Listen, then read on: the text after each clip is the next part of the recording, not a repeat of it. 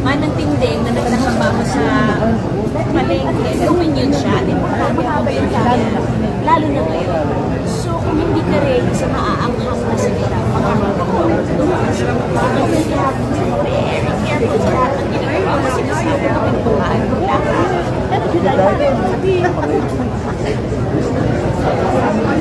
Oo. Ano yung mga kamag-anak? Ikaw ba? Ano ba ba tayo yung mga ganyan na kaso? I'm not at liberty to say anything. Bound by lawyers. Paano ba ito? Diba? Parang, ano na bang nangyayari sa mundo? Malapit na ba talaga yung matapusan? Ba't parang wala ng disiplina ang mga tao? But at the end of the day, kakapit ka sa disiplina, in-instill sa mga anak. Ano yung values na pinasok sa kanila? Paano? At saka yung dasal na lang na sana magabayan sila kung sino man yung mga kasama nila.